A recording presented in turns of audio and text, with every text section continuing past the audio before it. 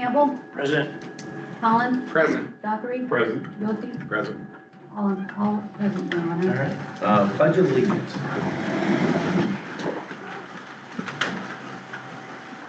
I pledge allegiance to the flag of the United States of America and to the republic for which it stands, one nation, under God, indivisible, with liberty and justice for all. Thank you, everybody. Looking for approval of the agenda. Make motion to approve the agenda as presented. Second. Motion by Dockery, second by Campbell to approve the agenda as presented. All those in favor say aye. Aye. Nays? The ayes have it.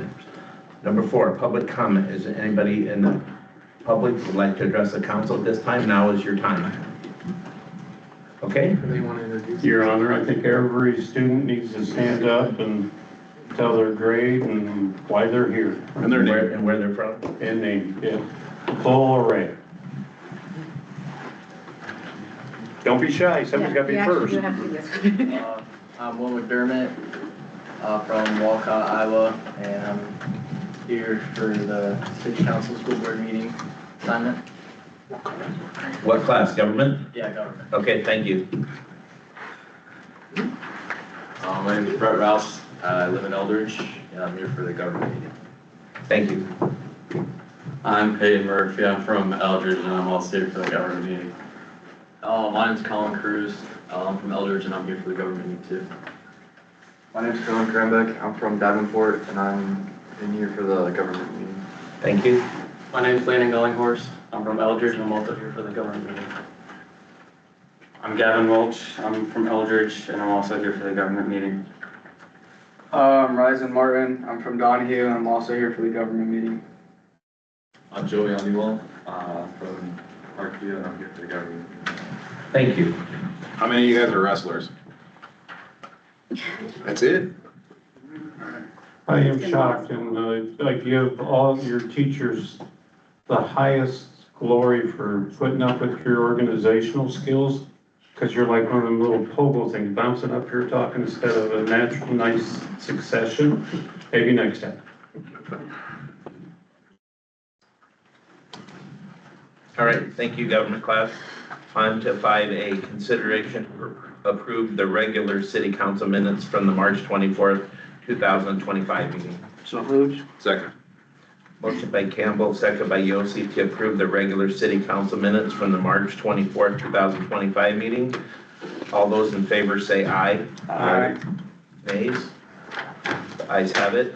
On to 5B, consideration to approve the special committee of the whole minutes from the city council on March 24th, 2025. Make a motion, Mayor. Okay, do I hear a second? Second. Motion by Blackwell, second by Collins to approve the special committee of the whole minutes from the city council on March 24th, 2025. All in favor say aye. Aye.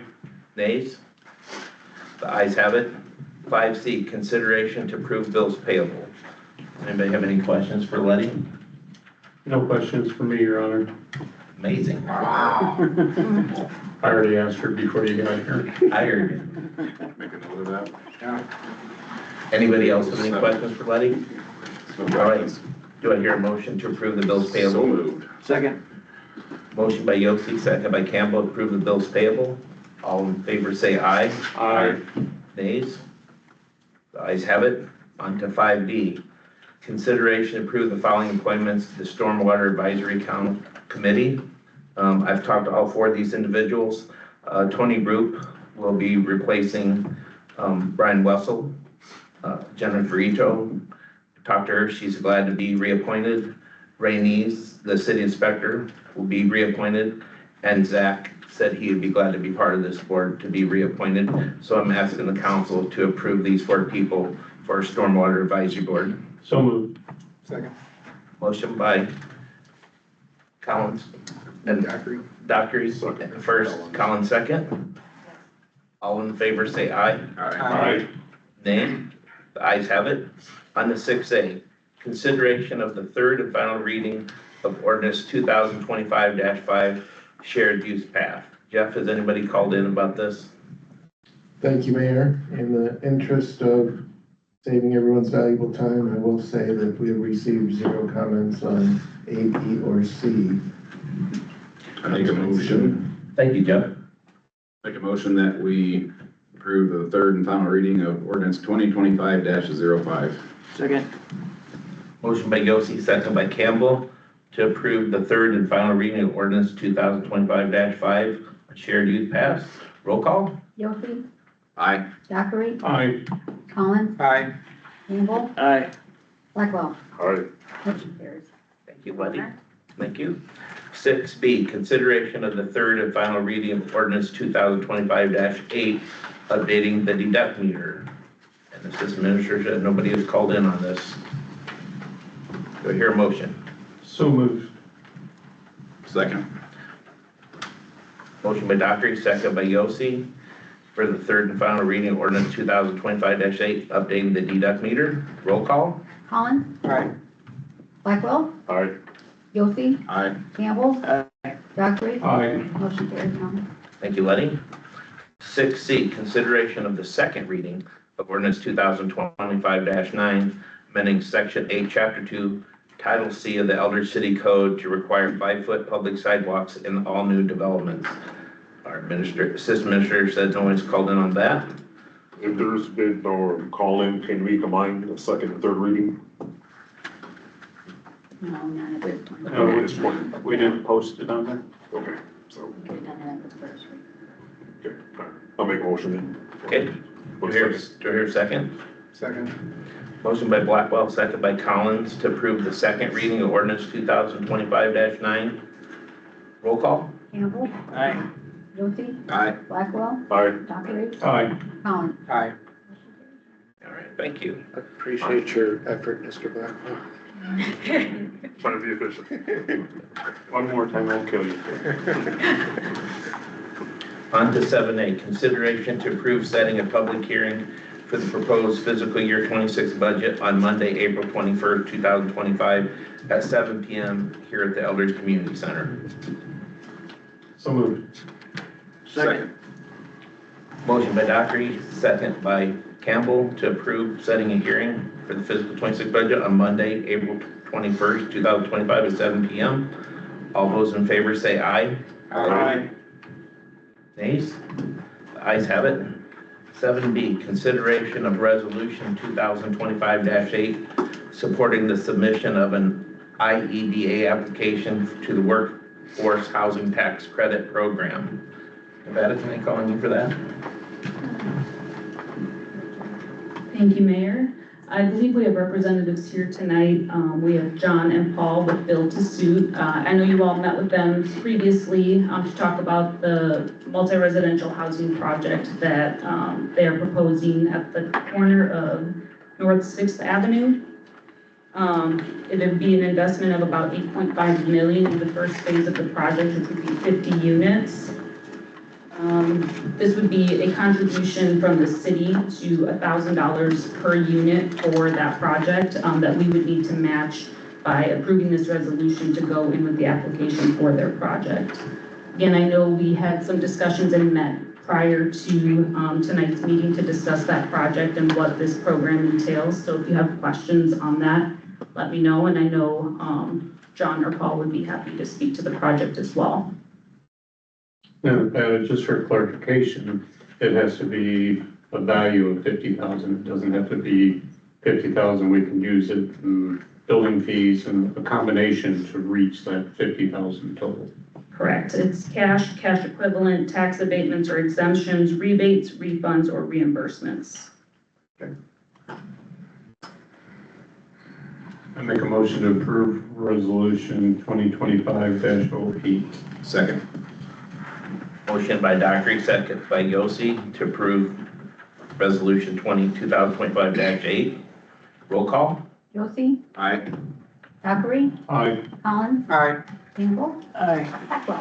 All right. Motion carries. Thank you, council. 7C, notification of the Iowa DOT project reference number MP-061-6, parentheses 730, parentheses 123-76-82, consisting of PCC patching on US Highway 61 south of Interstate 80 to the south junction of US Highway 30 proposed for construction this summer in 2025. Nevada? Thank you, Mayor. In your packet, you'll see a letter from the Iowa DOT. They reached out to, I believe Letty, Jeff, and myself with this letter and asked that we provide official notification to the council. So in their request, we put it on the agenda just as a notification item. It's exactly as Mayor stated, PCC patching on US 61 from south of I-80 to the south junction of US 30. They do not forbid. Oh, they're letting the project, they've already let the project on March 18, 2025, and construction is set for this calendar year. They put it up for bid at that time. They haven't awarded a contractor. I did speak with Tony, a Public Works Director, from looking at the areas, it should not affect any Elbert City roads. Will it affect any of our ramps? Or- Tony did not believe so, but I can definitely reconfirm. He said he'll probably be attending some of the pre-construction meetings to give us more of information. Once the pre-con meeting, like a contractor has been awarded in pre-construction meetings and and construction dates, estimated construction dates have been determined. That's all I have at this point. Yeah, because if they're gonna shut down a ramp because they're doing a patch right at the end of it, Yeah. they have to give us 2 weeks notice so the general public can know. Yes, and I can confirm that with him. He believed from him looking at it, it would not do any of the ramps, but he'll definitely make sure that he keeps us updated. Thank you, Letty. Thank you, Brian. On to 7D, discussion of the repair or replace of the damaged guardrail on South Buttermilk Road. Nevada? Thank you, Mayor. In your agenda packet, you'll see a memo from Tony Root, Public Works Director, along with some pictures of a guardrail that was damaged and needs some repairs. So there are pictures of the damage in here. And then there are costs for the repair and replacement. After going out and inspecting the guardrail to look at this damage and to get those estimates put together, Tony did also want to mention that it just brought to light that the guardrails within the city need to be looked at and inspected probably on an annual basis to make sure that they're not in need of repair or replacement as well. There's not a program that they've had in place yet, but they plan on doing that moving forward. So you can see the cost for repair, the estimate that Tony provides is $16,450, a total guardrail replacement being approximately $22,175. So at Tony's recommendation, it would make more sense to go ahead and replace the guardrail fully at this point to make sure that it's got a long useful life ahead of it, rather than just repair. I would agree. I agree with that. Do we know how it got damaged? I mean, was there an accident down there, or did a snowplow hit it, or something caused that damage? Yeah, just late February. I believe it was an accident. I think there was an email that went out from Tony to the PD to see what information they had on it. So I believe it was struck by a vehicle, but I will confirm and let you know. I've got to review that information. Will we go back after their insurance for these costs? That it would depend on what kind of information I think they had or if there was a report on it. I'll go back and review those emails and see if there was any follow-up done following Tony's inquiry.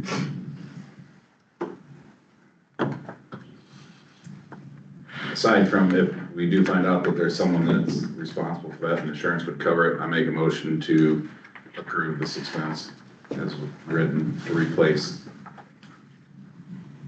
For full replacement? For the full replacement, yes. I'll second that, but word it just a little bit for you to consider.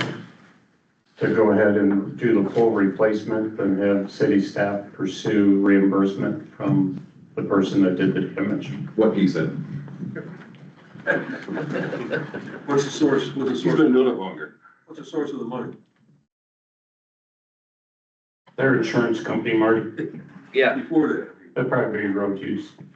We've got funds in road use and sales tax or projects.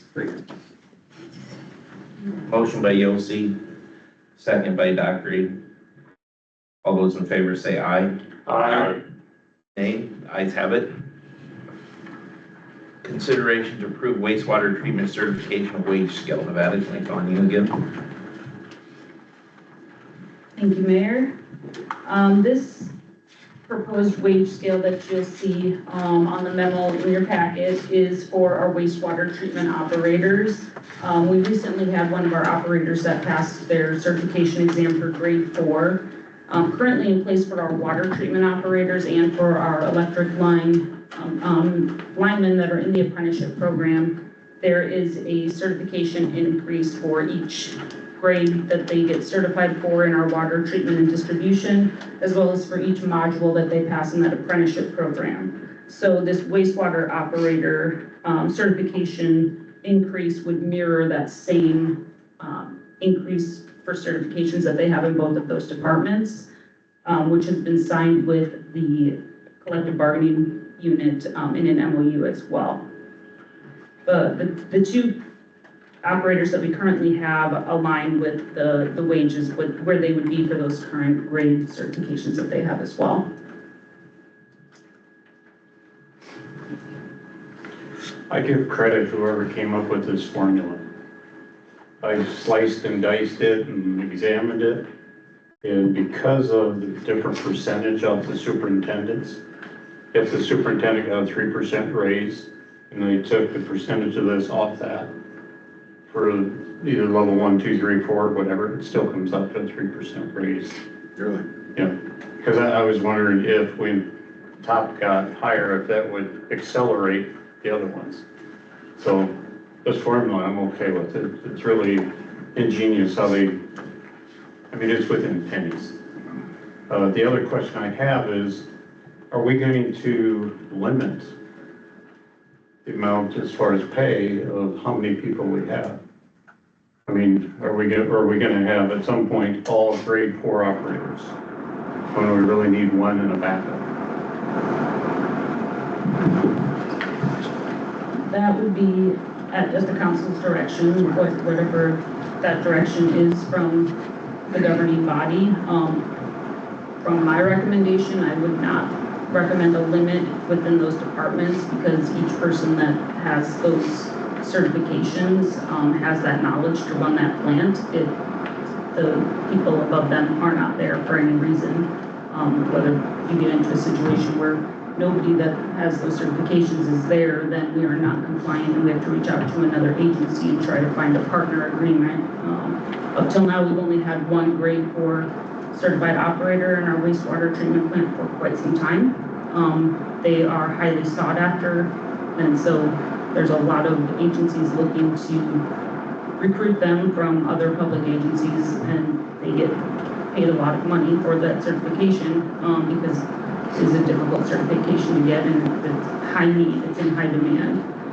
So I think, you know, as many as we can get to that level of grade 4 certification, it just stabilizes that department that much more for us in the event that we lose any employees and prepare for retirement of employees as well.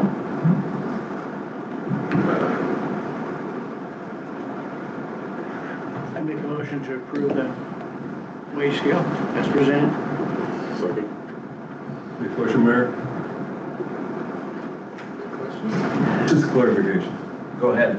So, the question here is, are these positions exempt from the collective bargaining agreement? If so, how, and what does that do to the collective bargaining group? That is on the labor side, how does that affect them positively or negatively?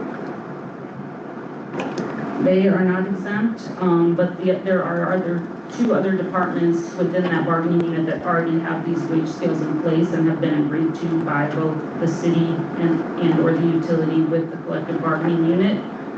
This being approved by the council would also need to get an MOU signed with the collective bargaining unit as well. Okay, thank you, appreciate it.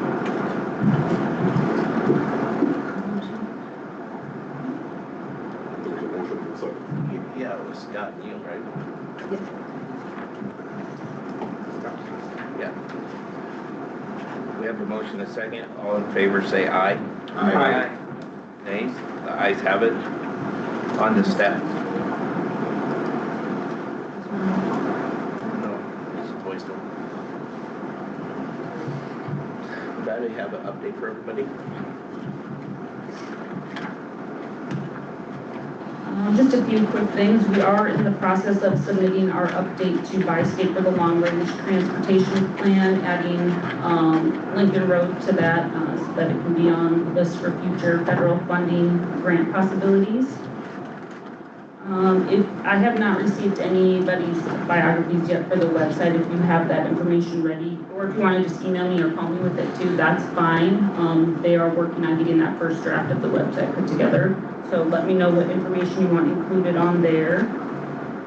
The 16th Avenue Water Tower Rehab Project is going to go in front of the utility board tomorrow night for a start date between September 1st and September 15th of this year. That's what the contractor that was awarded that contract is proposing for their start date. The 4th and Leclerc traffic signal bid opening is set for this week on the 10th. And then that will be on our April 21st meeting for the public hearing and award of contract. And for an update on our sewer master plan, the existing system summary should be available to us for review around April 18th. So that's the next step in that plan, that will get that information out for review and then move forward to future plans for that. Good. One comment, when you brought up water tower. I personally, I'm opposed to putting North Scott on our main water tower. I don't have a problem to consider putting it on the old water tower, which is right there with administration, the high school, but our main water tower right off 61, well, right across the street here. I'm not in favor of putting North Scott on that. I think that should still be Elbridge. That seems to be the consensus. Share that with the utility board tomorrow. It'll be in the paper tomorrow.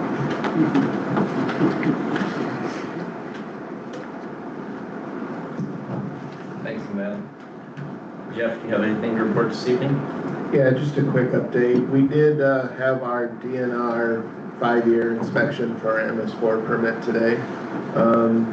They were here and visited us for about 4 hours or so. We looked at some sites and did a city tour. Everything seemed to go fine. They didn't have any glaring issues or anything to discuss with us, but we will receive a written report within the next couple of weeks here that I'll share as soon as I get it. They did talk about some increased requirements from the EPA, which is the department that actually issues the permit. It's only administered by the DNR. And they're asking for several formal processes to be put in place statewide.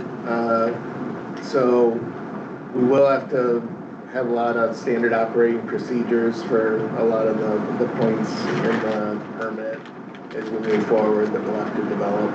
So that'll take some staff time.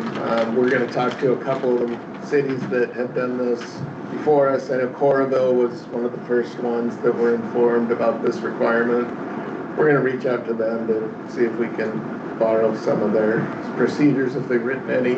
Otherwise, we're up there as one of the first ones to be informed also, so we'll have to maybe create some of this stuff from scratch. But we'll do that over the next year before the next report is due, and we'll schedule a stormwater advisory committee and let them know sometime this month before the next annual report is due on April 30th. Thank you, Jeff. Lenny, do you want to? Yeah, go ahead. Yep.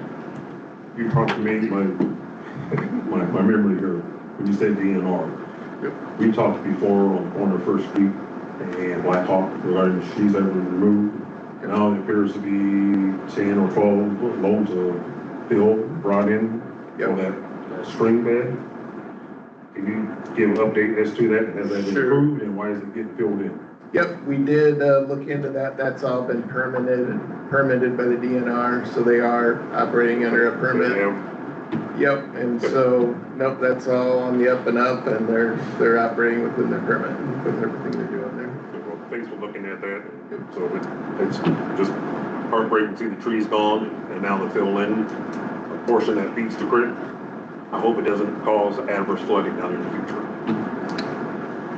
Yeah, a lot of times the trees restrict the flow, so, but traditionally, like waterways like that, they do try to clean them out every so often. Yeah, it looks like it's getting filled in though, with all the truckloads down there. Oh, well, I figured they're looking towards building on that at some point here, utilizing the land that they own. yeah, possibly. Because they seem to be getting larger and larger with more trucks in the parking lot. Bad news when you fill in a waterway, so. Well, you can't fill in the floodplain? Right. Thank you for that update. Yes, you're welcome. Letty, do you have an update for the council? I do not know. All right. The police chief isn't here, but something I would like to add. He sent a memo out earlier, just for the citizens, elders should know that, on the, there's a rating of cities in the state of Iowa, and the chief informed us that through, the dedication of his men and women officer and all the hard work they do, showing good leadership and the partnerships with surrounding communities and stuff, and being proactive with their policing, engaging with our community, the city of Eldridge now has received the 6th safest city in the state of Iowa. So I think that's pretty great, and I want to shout out to our police department and all the men and women of our police department. With that being said, sorry guys. One more, Brian. I just want to make a shout out to Public Works. I know there's nobody here, but the work they've been doing along the rec trail is absolutely gorgeous. I think it's going to be a lot easier to take care of, and I'm just really proud of the crew that we have out there making that happen. Thank you, Brian. It does look nice. Yeah, I just want to apologize to you kids. I might have possibly misled you a little bit. I think we'll get you home before the tip-off. So I make a motion for adjournment. Second.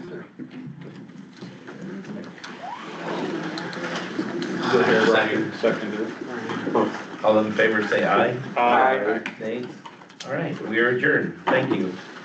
The government class, if you have any paperwork, bring it up here. Anybody